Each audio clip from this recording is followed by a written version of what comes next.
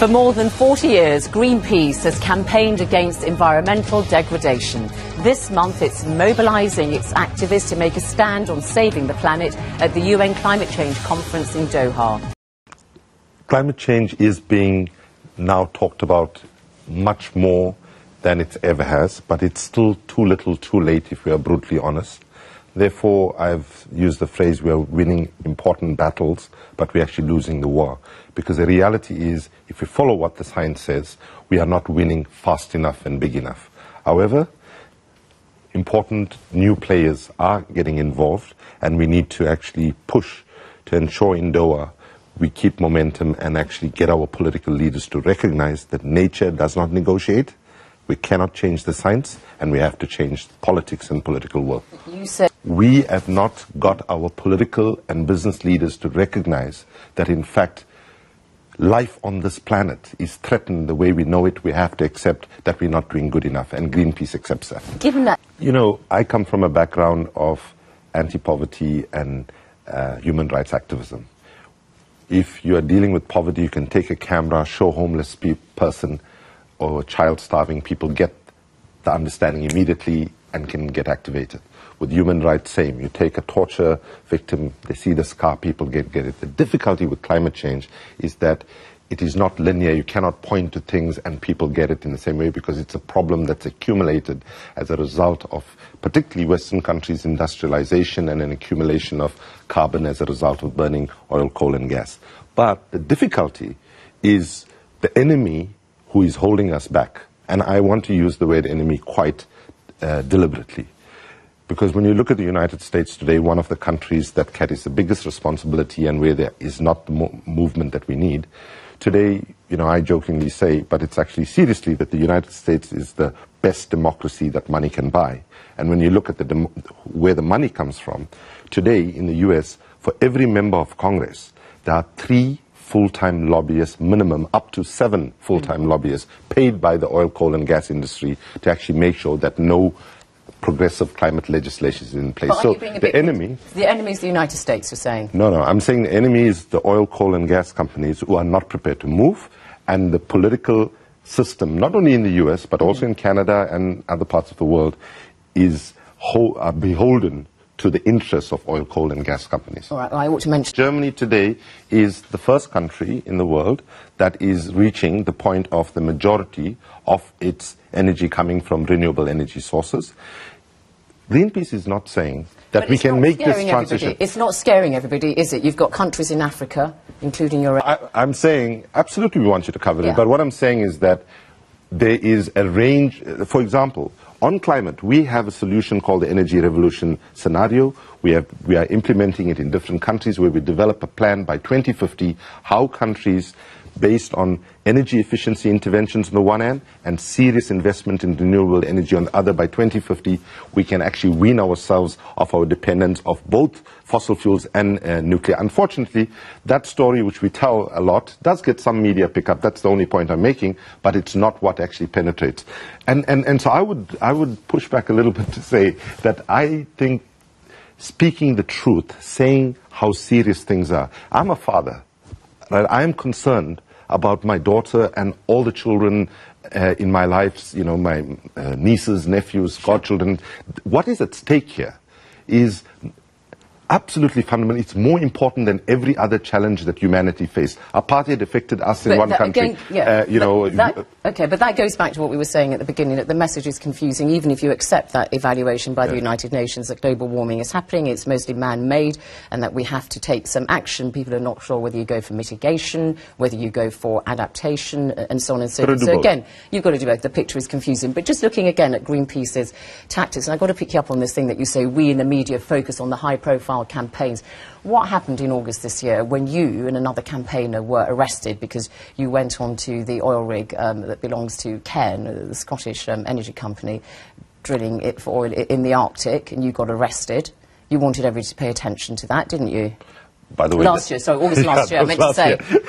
You had a busy August this year. It wasn't doing that. August last year. This year we were in the Russian Arctic taking action against Gazprom. Arctic, that was about to start. Sorry, you were with Gazprom this year, but last year... Yeah, so we have a philosophy right from the early days called bearing witness, which means that if there is an environmental crime that is happening, however remote it is, we need to get out there, document it, draw global attention to it, and so on. Even if it's committing an illegal act? Absolutely. All struggles.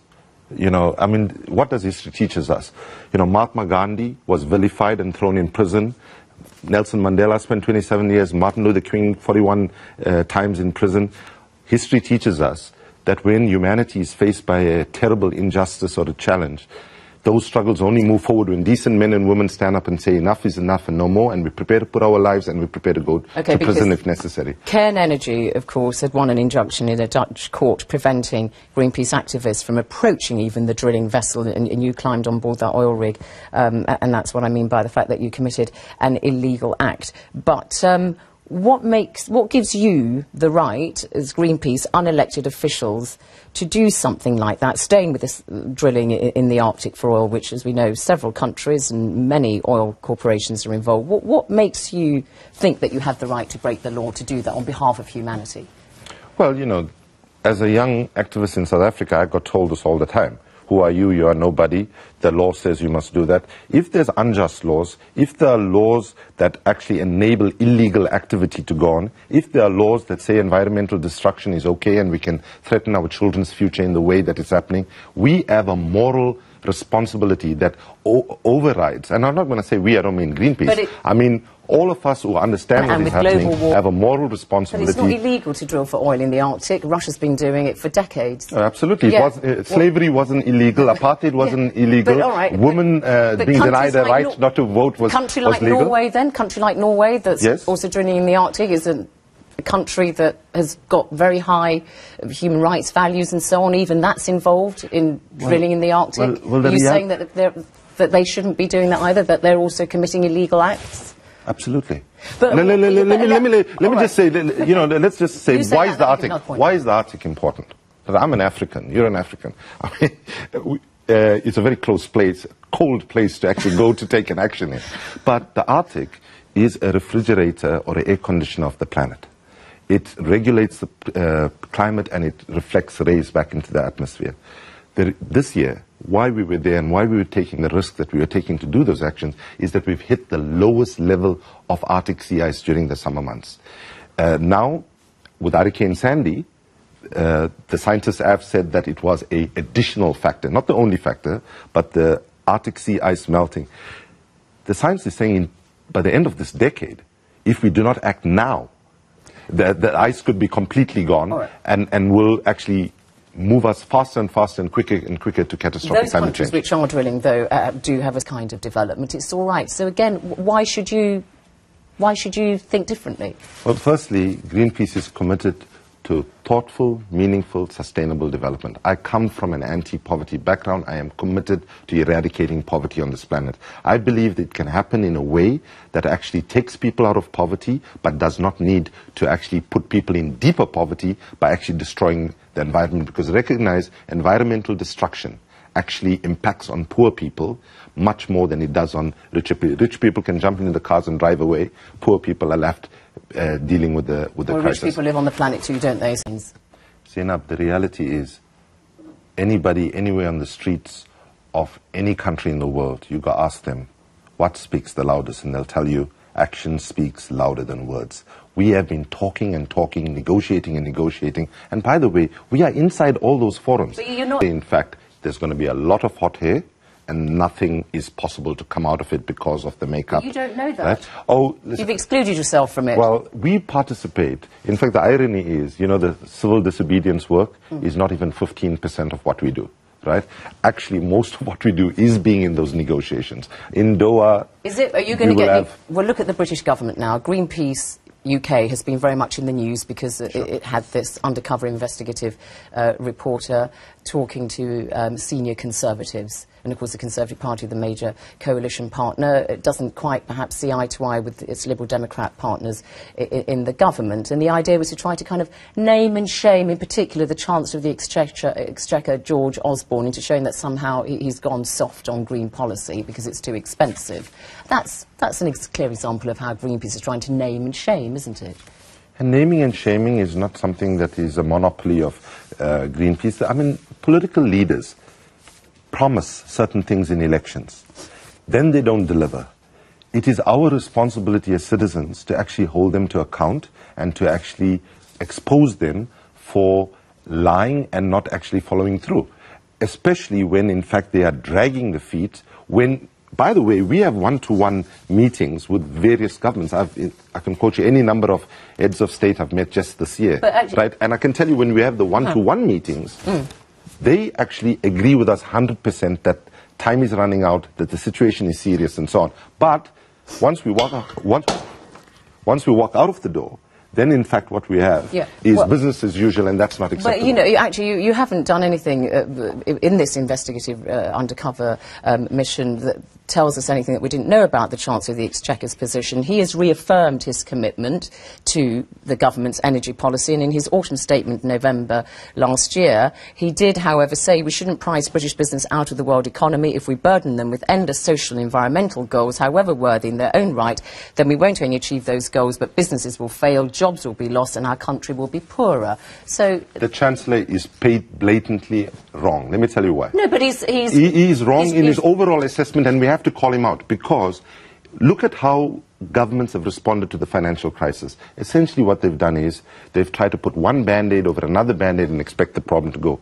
What is needed now is to bring the challenges of economy, equity, poverty, and ecology together. We cannot continue to treat them as if they are three different silos. Voters' concerns. So you look at all these opinion polls. President François Hollande made a statement after 6 months and saying that, you know, my priority is growth and creating jobs. Yes.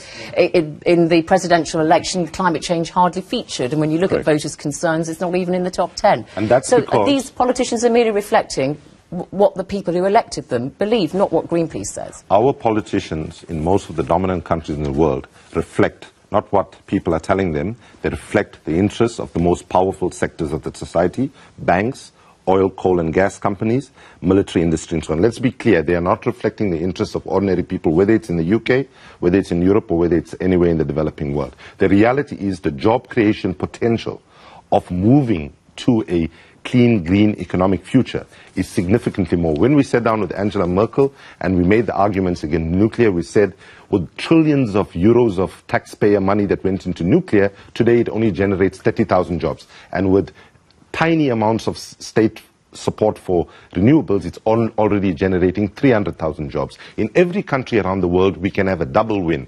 We can have a win for jobs and decent jobs, and a win for the environment and climate if our governments invested now, because time is running out. And where's the money coming from? Invest now. I mean, look at this global fund that was set up in Copenhagen in 2009. It's supposed to have, by 2020, $100 billion every year to help the developing world try to combat global warming. Not a penny in that fund. It's supposed to come from both private and public sectors, of course. Yeah, but you know... You say you've got to invest, you've got to invest, but I say that's why you're failing. There isn't the money, you're not addressing the realities, you're looking at the world as you'd like it to be. The reality is when there is political will, resources are found. All right, so what and let me give you two examples. I want to ask what you want from Doha. Is that... Okay, encapsulate your answer with what you want to emerge from the Doha climate change conference. In Doha, we expect movement on the Green Climate Fund. It is pathetic that, in fact, the resources are not available. This was supposed to be fast-track funding, and whichever language you look at it, fast is quick, immediate, and so on. And it's been going on for years. Secondly, we want a second commitment period for Kyoto, and we hope that there's that the U.S. dynamic will shift, because President Obama, sadly, for the first time in his acceptance speech, he said we have to act for our children's future against a warming planet. And we hope that they will come with a slightly different position and a recognition that, in fact, we are getting to the tipping point faster. And the timeline we're on right now is not what the science tells us to do, to only get a fair, ambitious and binding treaty in 2020. That's too late, and we hope they can pull that forward. And you want to recruit the Pope to your cause? well, not specifically the Pope, but actually every the role of religion. Every religion in the world, if you pick up a Bible, a Quran, a Torah, Bhagavad Gita, whatever, there are gems of environmental wisdom in it. And I think our religious leaders have been deafening in the silence by not standing up as strongly as they should to speak for the environment, which are also God's creations in their logic, and to actually talk about climate change much more. Of course, more and more of them are getting involved, and we welcome that, but I appeal to them to actually get much more actively involved. Finally, I know that as Executive Director of Greenpeace International, you fly all over the country, the world. However, your headquarters are in Amsterdam, and of course, the Netherlands is a nation of cyclists. What about your own green credentials? Are you on your bicycle? Well, I'm on my bicycle and I'm on my foot quite a lot. But, you know, the important thing overall is that the struggle for justice, whether it's environmental justice, social justice, gender justice, these struggles are not popularity contests. Those that choose to actually stand up and push these struggles have to accept that you are going to be unpopular because you're going to say things that are uncomfortable, which suggest transformational change is necessary. And whether it's in Amsterdam or whether it's in Africa, the time has come now for Doha to deliver a ambitious transformational agenda, and for our political leaders to recognize that now is the time to act. Failure to do so would be a betrayal of our children's future. Kumi Naidoo, thank you very much indeed for coming on Hard Talk. Thank you very much, Dana. Thank you.